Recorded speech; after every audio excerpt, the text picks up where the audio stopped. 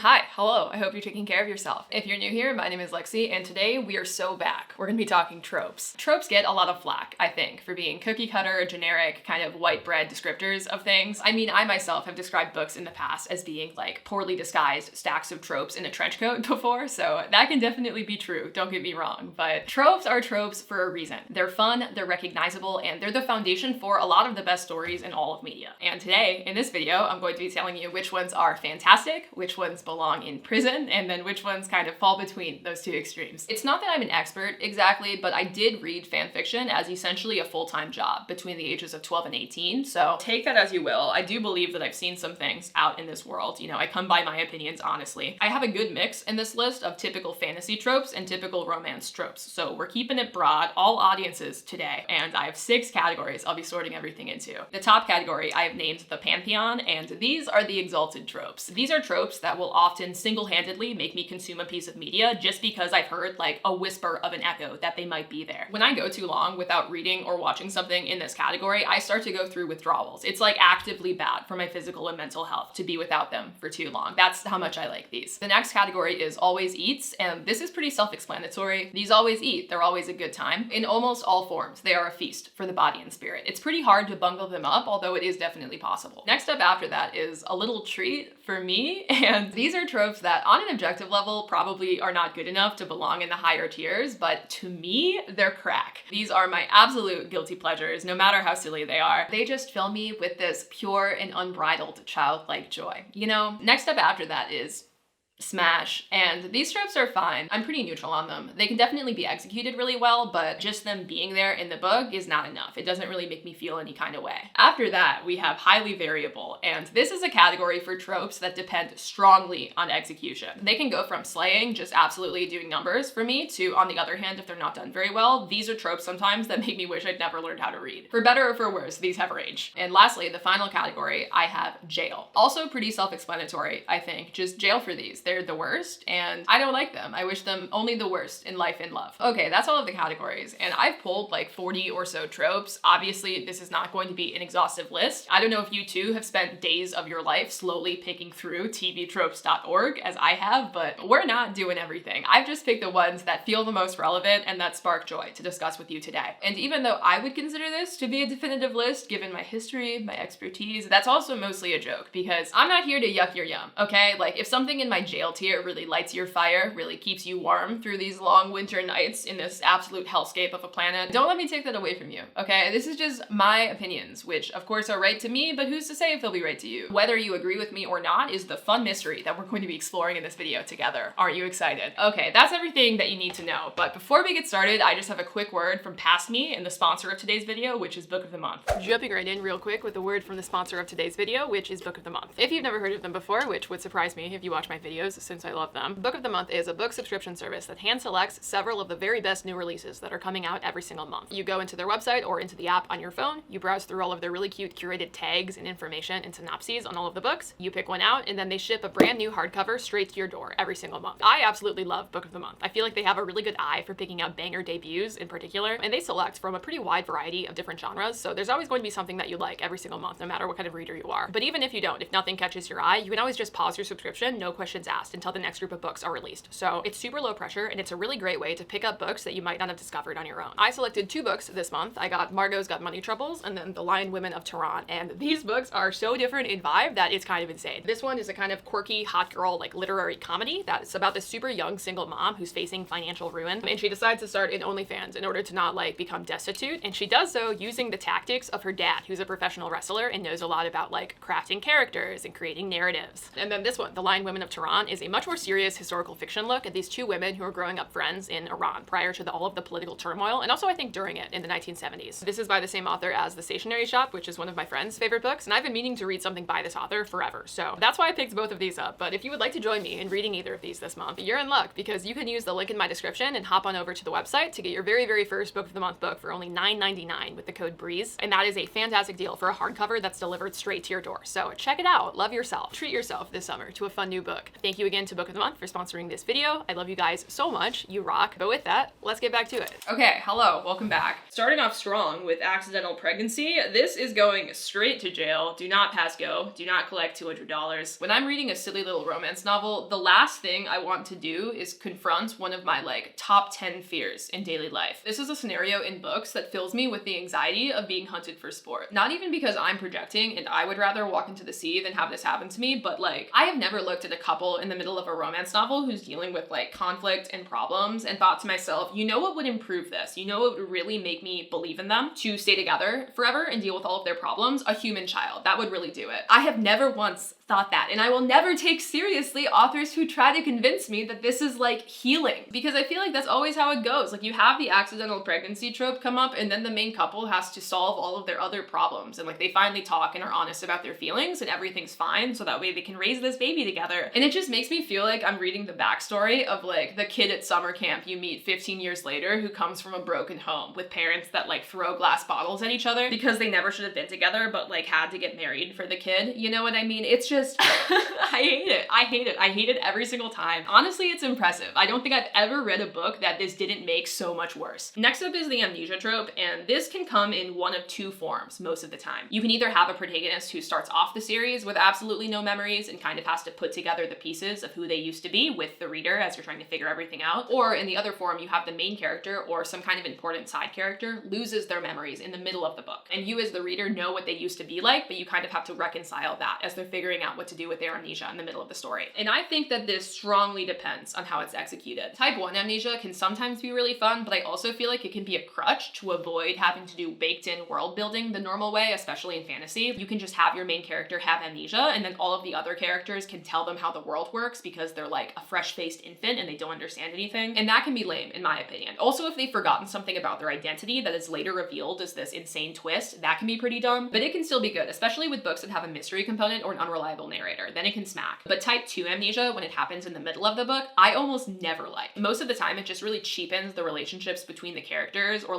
forces you to redo the same conflict, but again. For example, I read all of the American Royals books for some reason, all of them, even though I never rated any of them, I don't think, over 2.5 stars. It was just a dumpster fire that I could not look away from. But in the last book, they just give one of the main characters amnesia, and she has to go through all of the conflicts from the first 3 books, but again, she returns to her original emotional state, and it was genuinely so stupid. It was some American Royals type shit. It was kind of exactly what I expected from the author, but it just gave so much nothing. It was so obviously an excuse for the author to not have to come up with a new conflict for this character, and it sucked. It was lame. So that's kind of an extreme example of why amnesia can sometimes suck, but yeah, this really just depends on how it's executed for me. Next up is a boarding school / university setting, and this eats every single time. I am so glad I'm done with college. I'm so glad I never have to step foot for an extended period of time on a college campus ever again, but the unapologetic nerd inside of me who dreamed of ivy-covered walls and walking through the quad to get to this beautiful historic building that houses a secret society that I've just discovered that does incredibly suspect things, that part of me will never die. And these books, as a result, they're always going to slap. There's just something so much fun about the baked-in schedule and routine and rigor alongside all of the different weird traditions and clubs and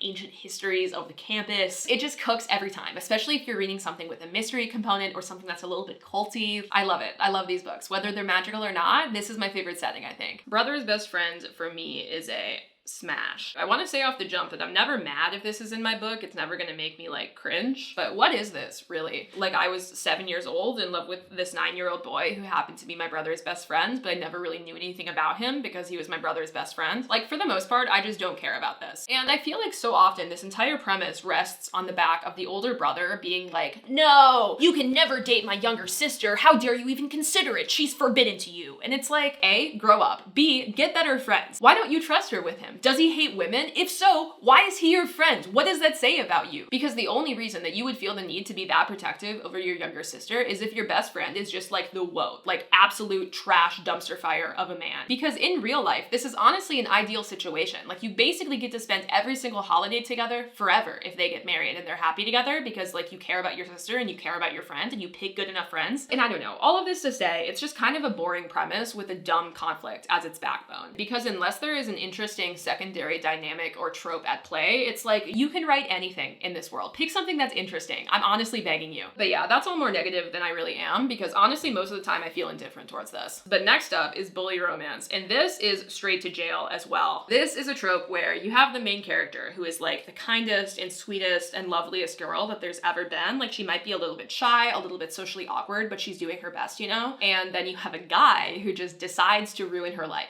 for fun. Genuinely, this trope is like, what if he just treats me subhuman and says all of these terrible, awful things to me, and then I still fall in love with him and marry him at the end of the book? And crucial to mention here is that it's one-sided. Core to the bully romance, that it's only going almost always from the guy to the girl. Maybe this is a hot take, but like, it's okay to be awful to each other, especially in like a fantasy romance, as long as you're both doing it. But when it's just the guy being really mean to the girl and she kind of just like takes it and then loves him anyways because she realizes that he's just tortured, I guess, it is just a trope that makes me feel bad and empty inside, which I really do not think is the target feelings that you're supposed to get from a romance novel. It's not for me. It is weirdly popular, but I've like never gotten it even one time in my life. It just feels toxic on a level that is so much higher than a lot of the other classically toxic tropes, because at least those men genuinely do love and care about the protagonist. Even if they're psychotic and they're like mafia men who bought us, like, at least they're kind. At least they say nice things. These men, I don't understand at all. Next up is the training montage, and this is kind of a micro trope, but I included it because this is absolutely the definition of a little treat for me. The training montage occurs in its finest form when you have a character who is precociously good at something. They have a tremendous amount of untapped potential, but they are as of yet unrefined. And typically with the aid of some kind of mentor, you get either a literal montage in a TV show or a movie, or alternatively a few chapters where they're just training and grinding and like becoming the best to ever do it in their respective skill or superpower or whatever it is. When I say I love competence, I love it when characters are good at things. It's a feeling like nothing else. The training montage is how they earn it, because without the training montage, when you just have somebody who like shows up and comes in being the best that there's ever been, it can feel really cheap and unearned, especially if they're never really checked by the rest of the story. I want to see them sweat, okay? I want to see them like bandage up their hands and then punch a bag for a while, and somehow that makes them a better firebender. I want to see an old mentor that plans an obstacle course that is really just a metaphor for life and for achieving like impossible things that the protagonist is expected to give up in. Like, they're expected to fail, but they just keep grinding until they're able to make it to the end, and then the mentor like sheds a single tear, you know, because the protagonist is ready. That's what I want, okay? Whenever that is in anything, I lose my mind. I go feral. I don't care how cliche it is. I don't care how silly it is. It just makes me love the main characters so much more when I see them suffer a little bit. But next up is the cheating trope, and this is also straight to jail. I will say that I will allow cheating in genres where I don't really root as much for the relationships, like thrillers, mysteries, literary fiction. Oftentimes it can be kind of interesting as a relationship dynamic in books like that where I'm not really expected to root for the couple, because that's my main problem with this trope, is just I will never believe in you after this happens. I will never believe that your couple will be happy together. And I know that's kind of unfair, because in the real world there are couples who make up after infidelity. That does happen, but it would never happen with me. So this is one of the least attractive things that one of the characters in a couple can do. It's just like if Trisha, your coworker at your office, was that sexy that one time that you just had to take her back to your hotel room during your company trip, but like you're really, really sorry and you apologized profusely after she found out because you didn't know that it would make your girlfriend want to leave you. I am never going to believe that she should forgive you. Even if she does decide it's okay and like you get back together and you have a romance novel happy ending because the cheating was made to be symbolic of other problems that are happening in your relationship that the other main character kind of takes credit for, so you make up. It just feels icky to me and I hate it, and I wish that it never jump scared me in books that I am otherwise enjoying. Friends to lovers. I will say, I think that this is the ideal way to meet people in real life. I feel like the absolute dream for many of us is that you go to like a woodworking class and you meet someone cute and it kind of just blossoms from there over time. And by far, I feel like these relationships are the most stable in real life as well, because you kind of know what you're getting into. You're going to have less surprises as you date somebody. But honestly, for that reason, I feel like it's kind of boring most of the time. I think that especially outside of standalones, in things that are longer series where there are other things going on, there's like a main plot that's really interesting and the characters kind of have to work together. Friends to lovers can cook really hard in the background in a slow burn. But when it's just one book and the whole thing is that it's a friends to lovers romance novel, I don't know. It is one of the only tropes on this list that deserves rights in real life, and for that reason, it's highly variable, because it's hard to execute something that is so normal in a way that is also fun and interesting and worth writing a book about. However, childhood friends to lovers,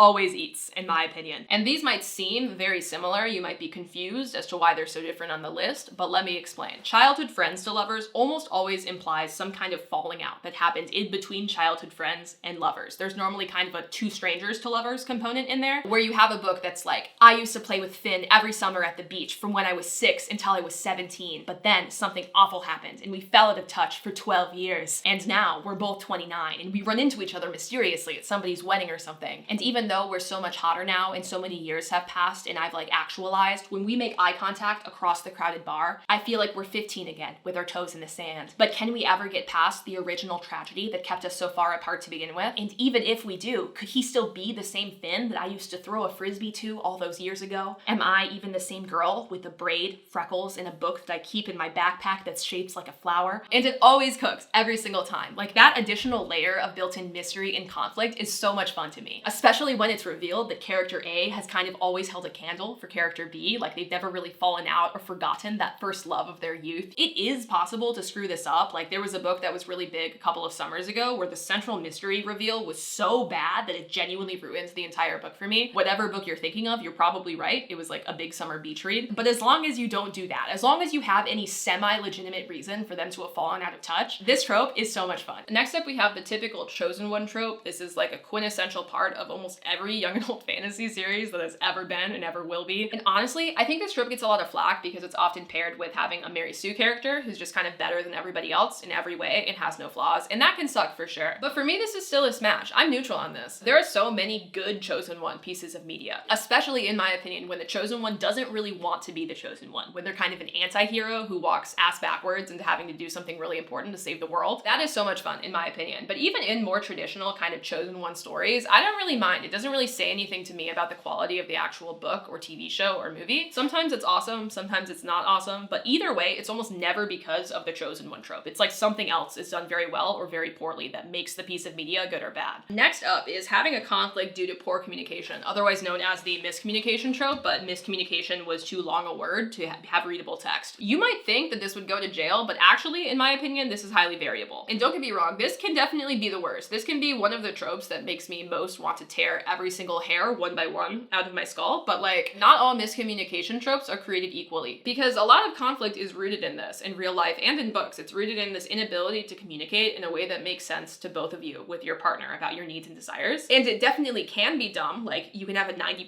miscommunication where like character B thought that character A wanted pesto pasta from the Italian place, but it turns out that character A wanted Alfredo, and character A starts spiraling and thinking about how their entire life would just be like a pesto pasta existence if they stayed with their partner, which is really just like their trauma speaking out onto their new relationship. So they dump character B all of a sudden about this pasta, even though it's obviously not about the pasta, and then in 20 pages they make up and they have their whole I love you scene all over again, and you're left thinking to yourself like, why am I still here only to suffer, only to read about pesto pasta relationships that just make me want to set my entire house on fire? Like, that can definitely happen. But also, there are some really good romance books that I'm honestly blanking on right now, but I'll put them up on screen if I remember, where the central conflict is miscommunication of some kind. It's the two characters not really being honest about what they were feeling, and they kind of just have to grow up during the book and learn how to like acknowledge their own emotions and advocate for themselves in relationships in order to end up happy with each other by the end. And those books, when it feels true to life, when it's not contrived, when it feels like both characters really are kind of doing their best and aren't just not doing something because they're stupid, they can really smack. Those are some of my favorite romance novels, honestly. So really, it just depends on how stupid I feel like your characters are being, because when a poorly executed miscommunication trope is inside of a book that I like, I kind of just pretend that it's not. All right, next up is redemption arc, and this is going straight to the top, as does corruption arc, which is also absolutely fire, although very different. I absolutely adore internal conflict in books where it's just you versus yourself trying to figure out what the fuck you're doing and what side you're really on. And when characters like that get to the point where they're switching sides because they've realized something terrible about the world or about themselves, oh, those moments when they're done right are so fire, like tops. The obvious example of this that everybody has seen is Zuko from Avatar: The Last Airbender. If you have not seen Avatar: The Last Airbender, you really should get your priorities straight and stop watching this video and go watch that TV show. But that is far from the only example of a redemption arc or of a corruption arc. I mean, my favorite corruption arc I think happens in Attack on Titan. Although the ending does complicate things a little bit, I feel like overall for one of the characters, the story is like an insanely good corruption arc that really has you on like the edge of your seat kind of figuring out what's going on. And that's the thing about redemption arcs and corruption arcs, is that even when you can see them happening, even when the seeds have been sown, sewed and you understand what's going on. The tension of the will they, won't they be a good guy or a bad guy, even when it's obvious, it's always just, it's so good. And that one moment when they finally turn, ooh,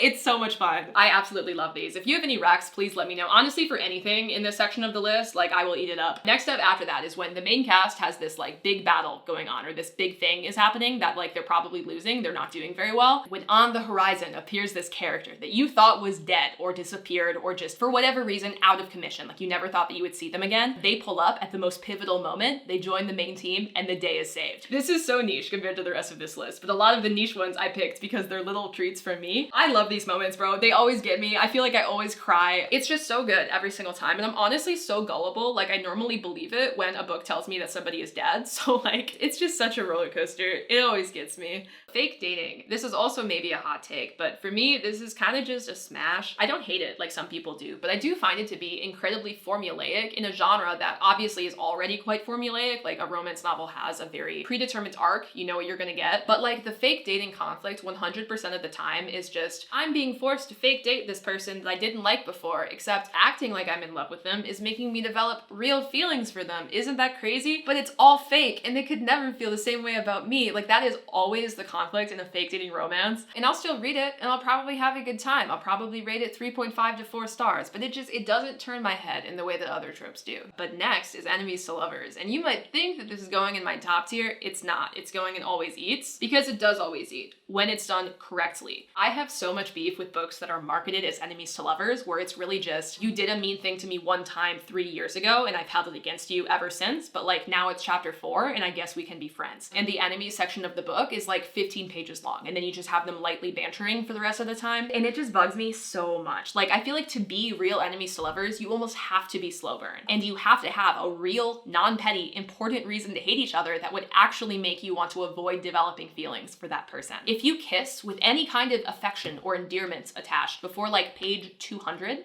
I don't trust you. If the hatred is one-sided, if the other person is revealed to secretly have liked them the entire time, I don't trust you. You're not enemies to lovers. Stop lying to us, especially in contemporary romance. I think it's just harder to have legitimate reasons to hate somebody with the fury that I want. But regardless, when it's done right, this is fantastic soup. Like compliments to the chef. It's just the concept of being forced to recognize that your hot enemy, the person that you were made to despise from day one, they might be your soulmate after they've casted this like 500-year curse on your family. You might have always have been meant to be with them all along, even after you've like cooed their kingdom. Like I will eat it up every single time. It's fantastic. But next is academic rivals to lovers, which is pretty similar to enemies to lovers, but instead of typically hating each other on like a base level because of some unchangeable action or difference or characteristic, academic rivals to lovers has that same banter and tension and kind of petty hatred, except for it's because they're competing for something. And they're typically both very smart, they're very competent, they either want to be like the best at a class or they want to get like the one spot at a summer program or something like that. For me, this is in the pantheon. And this might seem like a hot take, but the girls who get it, get it. Honestly, outside of like The Candy Jar on Netflix, I don't even really have that many recommendations for this because I think that 95% of my academic rivals to lovers content has been consumed as fan fiction. School AUs, oh, I'm so sorry, but just, it's the best backdrop for banter. It sets the stage for one of the characters when they're finally becoming close and recognizing their feelings. One of them can betray the other person in order to win, which is always so juicy. And also I feel like there's usually a scene where the male main character recognizes the competence of the female main character and is like, I've only ever seen you as the only person who is capable of competing with me, as the person who will push me to be the best version of myself when like she's being dunked on or put down by somebody around her. And he like lets her handle it because he knows that she's competent because she's his academic rival. And I just love it. Like if you get it, you get it. And if you don't, I think that you're just wrong. Next up is forced proximity. And honestly, I don't think that this is a trope that on sheer quality is that good. Like for most people, this is kind of neutral. I think it needs other things to kind of get cooking, but for me, I do love it. I do consider it to be a little treat. And I have definitely read forced proximity romance novels that have done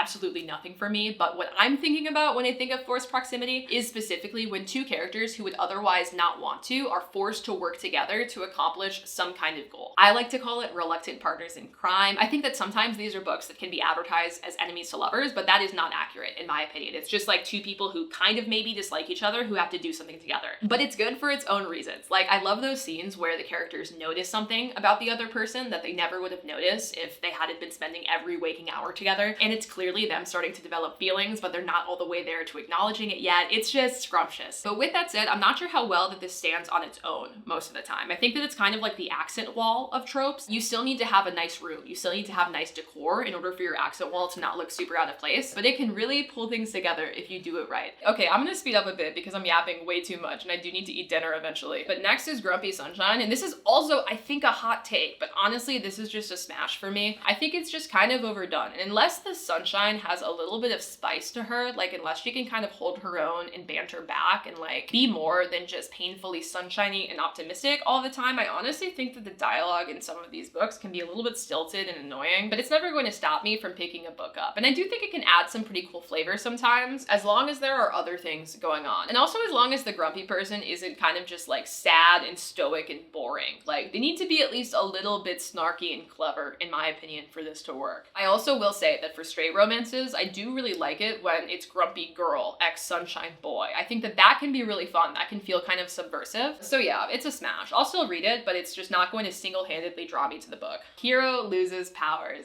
And with this, I specifically mean at the end of the book, after the big bad has been defeated, after everything is okay, and like you're getting your ending, whatever that ending looks like, the main character no longer has powers, probably because they've had to sacrifice them in order to win that last fight. This is niche-ish, but I picked it because I have such a specific hatred in my heart for this trope. There is one young adult series in particular, If You Know, You Know, where at the end of the series, the main character, she like opens up an orphanage and kind of becomes a homesteader, low-key. And the entire series up to that point, the male love interest was so insecure that she was more powerful than he was. And it's like, oh, it genuinely made me want to scream. You can be powerful and also have peace in your world. You can be powerful and also be trad if you want to, as long as your boyfriend isn't like phenomenally insecure. You can keep your powers and still make that decision if you really want to. Like, you don't have to do it because you're powerless. I don't know, man. Like, even outside of that one instance where it really made me mad, I just feel like it's the kind of cliche that is dumb and pointless and also at the same time so tremendously predictable. Like, you have to make this insane sacrifice in order to win, but you don't want to kill off a character. So instead, let's just sack this power that is probably also core to the identity and the personhood and the personality of whoever your protagonist is. And I hate that. It doesn't make me feel good. It doesn't make it feel earned. It just makes me feel like the winners are kind of left shells of themselves in this allegedly happy ending. I just don't like it. There's a special place in hell, in my opinion, for this trope. Next up is Her Comfort. And this is when you have character A in some kind of awful, anguished state, whether that's physical, mental, emotional, spiritual. They're just really going through it. They're having a bad time and there's nowhere else to go except for the waiting arms of character B, who is there to support them. This can take approximately a million different forms, and I swear to God, I've read them all. I used to read every single Her Comfort fanfiction I could get my hands on. And for that reason, it always eats. I mean, it's pretty simple. It's just you have this sad person and then you have the person that they would least suspect who is telling them that maybe they're worth it after all and like they have the capabilities to accomplish whatever they need to in life and that it's going to be okay. And it hits. It does. It's one of the best ones. And the only reason that it's not in the absolute top tier is because I have read a lot of really ass Her Comfort fanfiction in my time. Everybody wants to write a scene like this, but it's not always what the people need. The author is not always cooking the way that they think they are cooking with these. But when it's good, it's great. And it's also a pretty essential component of a lot of these other tropes, like especially enemies to lovers, academic rivals to lovers. I hate everyone but you. This is when you have a character who is genuinely a misanthrope. Like, they actually think that other people were created solely to make their lives harder. Usually this is trauma, but really who's to say? Like, some people just end up like this, I think, in books for reasons that are never completely clear to me. But the protagonist is able to crack that cold exterior. They're able to worm their way into that person's heart. This is also kind of a sister trope to Grumpy Sunshine, but I think that it's harder to execute well because oftentimes this is paired with a frankly laughable threat to like burn down the entire world if they touch the main character, which never feels legitimate inside of a contemporary romance. Like, whenever a contemporary romance man who's like an accountant makes a threat that he'll burn down the entire world because he hates everybody but the protagonist, he becomes a clown emoji to me. Like, I cannot take him seriously. I also just tend not to really like the men who do this in romance novels because they're usually really mean to other women, which I've never found attractive. Like, I don't think that you're hot solely because you're mean and rude to people who are not mean, but it can be good sometimes, especially in fantasy, I think. Like, there is potential for this when the man is capable of following through on threats. When that's actually believable for whatever reason, then we can cook. But without that, I don't know about this one. one. Next is insta-love, which is kind of like the derogatory form of love at first sight. And from that description alone, you can probably tell that I think that this is in jail. If I'm reading a book where romance is a primary plot point, I just get kind of bored if they end up together too early. My investment in a lot of books has ended essentially as soon as they kiss each other for the first time. It's just not as interesting anymore. I like the will they won't they. I like the push and pull. I don't want to read a book that's about this couple that already feels established by chapter 6 that just has to deal with a bunch of random conflicts. You know what I mean? I want to read about two people falling in love. They can't do that off screen. And I also think, for the record, that I'm more forgiving of this than a lot of people are. Because like, you can be low-key obsessed with each other. It can be obvious to me that the male lead is obsessed with the main character, even if maybe he doesn't have like that many good reasons to be. But A, it's nowhere near as fun if that's completely requited the entire time. And B, make it so they can never confess to each other, or else like the crest of their family will go up in flames. Put in some actual tension that makes it difficult to interpret what is actually going on between the two of them. And also that gives them something to work through that is interesting and brings them closer together, so that way it feels more earned by the end. But when it's obvious and bad, and especially if the two people have like no reason other than vibes to like the other person, I check out so fast from books like that. I'm gone. And thusly, that's why it's time to talk about slow burn, as well as its children, mutual pining, and It's Always Been You. Slow burn to me is an essential component of all of my favorite romance stories. I don't think that there is a single romance that I really love that feels not at least a little bit slow burn. And part of that is definitely me just having my brain rotted out from the inside. Like, I'm used to reading 150,000 word fanfics with notes from the author that are like, sorry guys, I was just in jail for 6 months, but I'm back. Now I can write the scene that you've spent your entire life waiting for. Like, that kind of stuff gating me off from being able to enjoy the characters actually getting together. I know that that had bad effects on my brain chemistry at the age that I was when I was consuming all of that content. And it's cooked me. And I know it's cooked me because I feel like a bit of a masochist whenever I'm reading like a long slow burn and I'm on page like 325 and they're just now having a shoulder brush moment where it's like charged with the sexual tension of all that can never be between the two of them. And I'm just like kicking my feet in the air, even though all that they've done is brush shoulders. But there's just something about it, man. I like my characters to suffer a little bit on their way to success. And likewise, even though this is barely a trope, I'm putting it in the pantheon next to slow burn, mutual pining. I want my characters to be like sweating with how much they like the other person, even though they never intended to, even though the other person could never feel the same way about them. I want it to be ruining their lives. I want them to be quaking with all that can never be. And I need it to go both ways. And I will say this is a dangerous line, because if you make your characters stupid, if you make your characters just kind of like dumb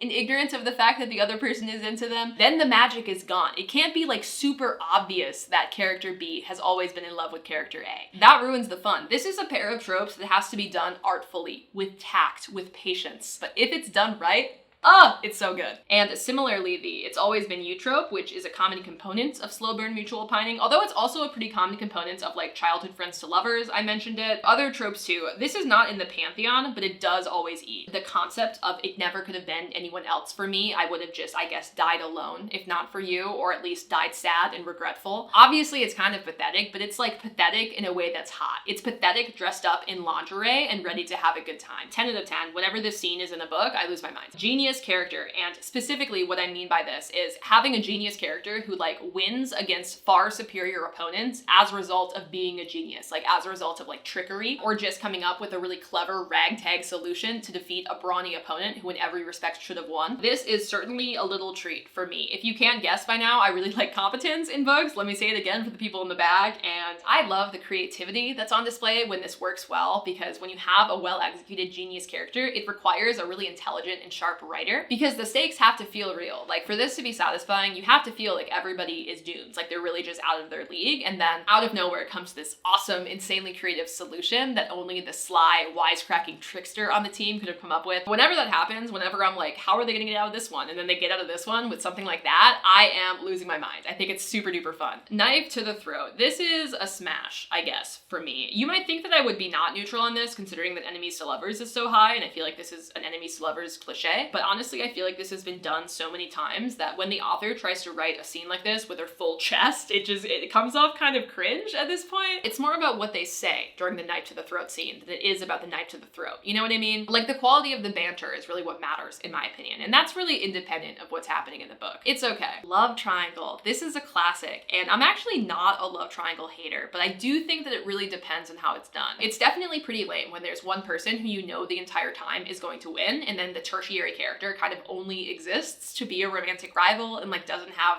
that great of a characterization on their own. That can definitely be a little bit annoying, but I low-key think that they're a little bit fun. There is nothing in this world that I chase more than the nostalgia of my youth, and like all of the books I used to read had love triangles of variable quality, right? Whenever I see one now, it's just like saying hello to an old friend. And they're definitely less popular than they used to be, I think because they get clowned on. I also feel like I never really see them outside of young adult, and I read young adult in part to read something that is tropier, that is a little bit camp, so I'm okay with it, honestly. Definitely they can suck. Like the Twilight love triangle, in my opinion, was atrocious. And also all of the love triangles where the main character doesn't pick the person that I would pick, those suck as well, but honestly I feel like I normally pick right, so I'm not that disappointed most of the time. If it were all that I read, if I read like a lot of love triangle literature instead of just one in a blue moon like every few months, I think that I would have different opinions, because I do strongly believe that you do not need to add a third person to give your main relationship enough drama to make your way through the book. Like two people can have enough problems all on their own. And they're never gonna be my favorite love stories, but they are sometimes a little bit of fun as a treat. Marriage of convenience. I should have just done this with fake dating because honestly it's pretty similar, but I do like it more than fake dating. I like that it requires a higher level of commitment to the bit, and as a result I like that it creates more problems typically between the two main characters. But it's still predictable in the same way that fake dating is predictable. But honestly this is closer than the other tropes in this category to being a little treat for me. It's not quite there. I do really enjoy the ceremony of it. Like there are all of these layers of traditions and different things that you have to do, and again it's higher stakes fake dating, which I do respect, but it's just not gonna do it for me alone. You know, I need something else to spice it up. Give me a childhood friends marriage of convenience, give me an enemies to lovers marriage of convenience. Now we're talking, now we're cooking with gas. But just this alone is not enough in my opinion.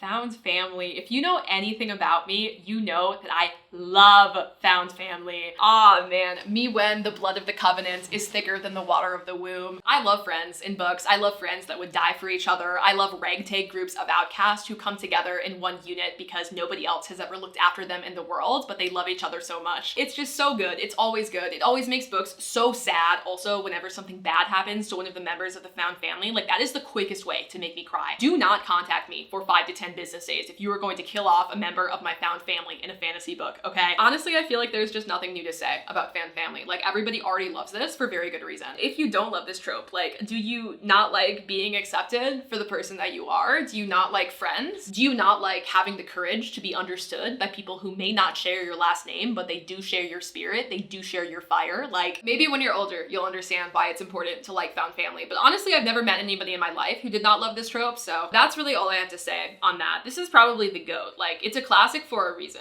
Okay, rapid fire, because I really do have to go. Office romance. This might surprise you, but this is jail for me. Honestly, so boring as a setting for a book or a movie. If I wanted to read about finding love under capitalism, I would just go on like Reddit r/relationships. Genuinely give me anything else. I don't want to think about having to be productive to society when I'm reading a silly little romance novel. It's just not for me. The only time that this worked is Set It Up on Netflix, and that's that. Next up, One of Us is Famous. This is a little treat for me. I was obsessed growing up with the Disney movie Starstruck. It was the made-for-TV movie that starred Sterling Knight from Sunny with a Chance, and he was this gigantic pop star who had this meet cute and ends up falling in love with this completely normal girl in society, and they have to like reckon with that. I loved it. I probably watched that movie like 100 times from the ages of 10 to 14. It's just so much fun. And it's also the classic daydream that you have when you're like 10 and you still believe that you're going to marry George Clooney or something, you know, or in my case, Sterling Knight from Starstruck from Sunny with a Chance. I really did truly believe that that was still on the table at that point in my life. And I even thought to myself, like, how meta would that be if I married this man who starred in a movie about like marrying a normal girl and I'm a normal girl and he's a famous man? It would be so crazy. Obviously, this never happened, but I do still love this trope. Second chance. If you know me, you know that my all-time favorite romance novel is a second chance romance, but still, this to me is pretty highly variable. It really, for me, depends on why they broke up. Like, was it petty? Did he just kind of bring her the wrong salad one time? Was it insane? Like, did he kill a man in front of her and she had to help hide the body and then she went into like witness protection because also he's psychotic? Or was it just kind of a right person, wrong time, circumstances beyond their control sort of thing? You know what I mean? All of those different scenarios create wildly different books that I'm able to take a different amount of seriously. And when it's good, it absolutely cooks because it has kind of the childhood friends to lovers reckoning with who you used to be with that person versus who you both are now. And like, can you or even should you have the same relationship that you used to have, or are you too different? And is that okay? You know, like, can you grow with this person towards something better for both of you? I really love that dynamic in books, and the good second chance romances always have that. But the bad second chance romances are are just character A did something that's completely unforgivable, and character B decides after 300 pages that they might as well forgive them for it. And it's just like, that's not really for me. Next up is age gap, and to be clear, I don't mean here like she's 25, ex her 30-year-old brother's best friend. I don't really care about that. Like, you can have a fun time, it's none of my business. What I have in mind specifically here is like old man ex young girl, or old woman ex young boy. Both of those are weird, but like this is your salt and pepper English professor ex your 18-year-old college freshman, which I guess I'm doing more specifically later, but either way, it's jail. This is one of my classic most hated tropes. I just don't know what you have to gain from dating somebody that is barely a legal adult. Stay within a reasonable distance of your lane, because it's not even necessarily that it's a taboo, it's just that I am never going to believe that these couples are actually going to be able to have meaningful relationships. Like, what do you have in common with somebody who's 30 years younger than you? How do you even communicate with somebody who's young enough to be your child? It's just so icky to me, and also honestly too realistic for my romance novels. I don't need to read fiction to see old men predating upon young girls. I just need to like go outside during the day in a major US city. So jail for that. For the record, I also don't like immortal 1700-year-old fae ex 18-year-old girl, but that's a different story. Also, just while I'm here, teacher ex student is also jail. Same exact reasons, except for it's even worse because you have the addition of a power dynamic between the teacher and the student. Why are you interested in the 18-year-old college freshman in your English recitation? Like, she probably barely knows how to write with the literacy standards the way that they are in this country. What do you have in common? Let her study. I hate this with my entire heart, if that's not clear. Final stretch, I have to go so fast. Bodyguard romance. This is a little treat for me. I have only read a small handful of books and AUs like this, but there is just something about it that goes so hard. It's like the willingness to die for your charge, both because you kind of are contractually obligated to, but also because you love them or are falling in love with them. It's fire. You protect them, but also low-key, they protect you. Maybe you're the only person that they've ever trusted before with the secrets of their profession. I don't know, man. It's like the closest to a spy thriller that you can ever get a romance book, and I really do love that. There was only one bed. Kind of hot take. This is highly variable for me. Half of the time when I read a there was only one bed scene in the modern day, one of the characters actually says, oh no, there's only one bed, as if it's like an acknowledgement of how camp and overdone the trope is. And it's just like, why have we let it get this far? Why does every single book that I read in the modern day need a there was only one bed scene? I want my one bed scenes to be like caviar in books. I want them as a surprise once in a blue moon to like remind me how much fun it can be to have that kind of tension. But getting them constantly all of the time, they've kind of just gotten stale for me. It's pretty rare that one of them is actually memorable. However, Who Did This to You also is super overdone, but it is a little treat for me. I do love this every single time. This is honestly a sister trope to Herd Comfort, but it implies more anger, more potential for retribution. Maybe person B will like take revenge on behalf of person A. And I do love it when that happens. Even though violence in real life is never the answer, it is oftentimes the answer in my heart in fantasy books. This is especially fire when paired with a wound cleaning scene. I will say like a softer kind of edge to it is really nice. 10 out of 10. It does in fact do it for me. And finally, the last trope, thank God, is wise old mentor. And this